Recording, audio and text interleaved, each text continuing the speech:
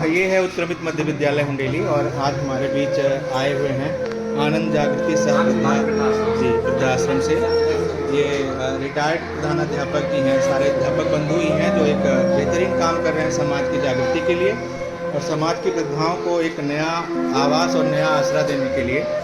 हर व्यक्ति को इस काम में बढ़ चढ़ के हिस्सा लेना चाहिए। तो विद्यालय समिति के सारे लोग जितना हो सकता है भरपूर सहयोग कर रहे हैं और सर के निर्देशन में चीज़ें हो रही हैं। और हम लोग चाहते हैं कि चूँकि शिक्षक एक समाज का दर्पण होता है और यदि वही आगे कदम नहीं बढ़ाएगा, हाथ नहीं बढ़ाएगा तो हम किसी को क्या संदेश दे पाएंगे। इसलिए बच्चों को शिक्षा देने के साथ साथ समाज में भी एक मैसेज जाए और लोगों तक बात इनकी पहुँचे।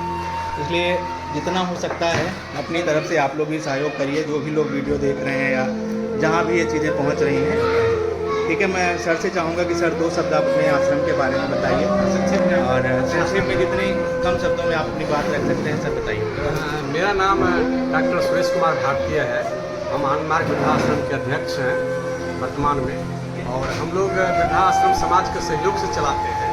इसलिए आज स्कूल को देखते हुए आए जो कि कुछ आप लोगों से मिले और अपनी समस्या को रखें, तो मैं धन्यवाद देता हूं आपको और यहाँ के प्रधानाध्यापक महोदय को, सभी शिक्षक शिक्षिका को, सब लोगों ने पॉजिटिव रिस्पॉन्स दिया है। इसके लिए आप लोगों को बहुत धन्यवाद और आगे भी आप लोग से। सर ये अपना आश्रम कहाँ पे स्थित है थोड़ा बताएंगे? हमारे वृद्धाश्रम बस्तौल में, हाटमारी बस्तौल में अवस्थित है। ये 2014 से संचालित है, बुरहानपुर प्रखंड में है। जी सर। तो यहाँ पे अगर मान लीजिए कटिहार जिला में या बाहर के लोग भी आना चाहेंगे या उनको भी सेवा की ज़रूरत होगी तो आराम से आ सकते हैं। उसके लिए कांटेक्ट नंबर अगर कोई हो तो आप बोल सकते हैं। बिल्कुल सर, यहाँ पर हमारे हरिश्चंद्रपुर बंगाल में पड़ते हैं, ये क्या बोलते हैं, वेस्ट बंगाल। जी सर। वहाँ से भी बहुत सारे वृद्ध रह रहे हैं और बिहार से भी रह रहे हैं।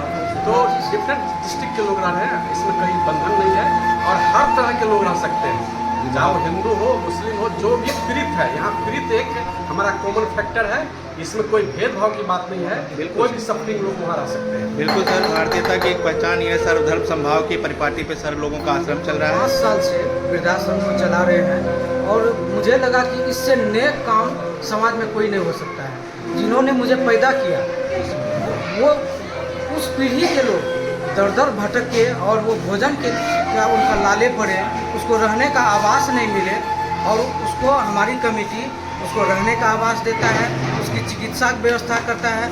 यहाँ तक कि वो अगर अंतिम काल में उसका मृत्यु भी हो जाती है तो हम उनका सब संस्कार भी करते हैं, उसका श्राद्ध कर्म भी करते हैं। इतना ही बोलने के लिए बहुत बात है। नहीं बिल्कुल सर, बिल्कुल बहुत अच्छा काम कर रहे हैं सर, धन्यवाद आपका। मैं वृद्धाश्रम कार्यकारिणी का सदस्य हूँ। समाज में घूम कर लोगों में ये चेतना फैला रहा हूँ कि आपके पास जितने भी बूढ़े बुजुर्ग हैं, गांव में हैं, सड़क पर हैं, कहीं भी हैं, तो अपने मन में ये भावना जगाएं कि हम उनकी सेवा करें। क्योंकि लोग जो बच्चे पैदा करते हैं, जिनके लिए जवानी में मरते हैं, वे बूढ़े में आने के बाद वे उनका सहारा नहीं बन पाते हैं। इसलिए ऐसे बेसहारों के सहारा हम लोग बनने का प्रयास करते हैं। धन्यवाद सर, मनोज सर। हम लोग बच्चों को भी जो नैतिक शिक्षा है उसके लिए उसको प्रेरणा अभी से डाल रहे हैं। चेतना सत्र में भी हम लोग बच्चों को नैतिक शिक्षा की बल देते हैं और ये प्रयास करते हैं कि जो हमारा जो पाठचर्या है, हमारा जो सिलेबस है, ये जो इस शिक्षा के बावजूद भी उनको एक नैतिक शिक्षा मिले ताकि जो जीवन का जो मूल्य है वो समझ सके और अपने बारे में और समाज के बारे में और जो दिनहीन या जो पीड़ित लोग हैं उनको भी वो समझ सके, ये भाव उसके मन में आवे। ये जो लौकिक सामाजिक भाव है उसके हृदय में अभी से पैदा हो ताकि आने वाले समय में ऐसे बच्चे देश के एक स्वस्थ नागरिक बनकर आगे आएंगे और समाज में जो पीड़ित हैं और असहाय लोग हैं उनकी वो सेवा कहीं भी करे। वो चाहे वृद्धाश्रम में अपने कंट्रीब्यूशन के माध्यम से करे या वह अपने जहाँ रहते हैं उसका जो वर्किंग प्लेस है वहाँ भी वो ऐसे लोगों की मदद करे। इसके प्रति वो सजग रहे, इसके लिए भी हम लोग बच्चों को ये प्रेरणा डाल रहे हैं, बच्चों में ये शिक्षा भर रहे हैं, ये नैतिक मूल्य उसको दे रहे हैं ताकि कोई एक लोक नागरिक के साथ देश के विकास में भी अपनी अमूल्य भूमिका निभाए को हम लोग आगे बढ़ा रहे हैं। हमारा जो इनोवेटिव वर्क है वो भी चैनल पर, यूट्यूब चैनल पर अपलोड है, उसको भी आप देख सकते हैं। इसमें 2 साथ साथ हम संदेश देना चाहेंगे कि ये जो किताबी ज्ञान है इससे भी ऊपर हटके जो सामाजिक परिवेश है उसके अनुरूप भी वो एक योग्य नागरिक बने, एक दूसरे के भाव को समझ सके, यही जीवन का सार तत्व है। धन्यवाद। बहुत बहुत धन्यवाद सर।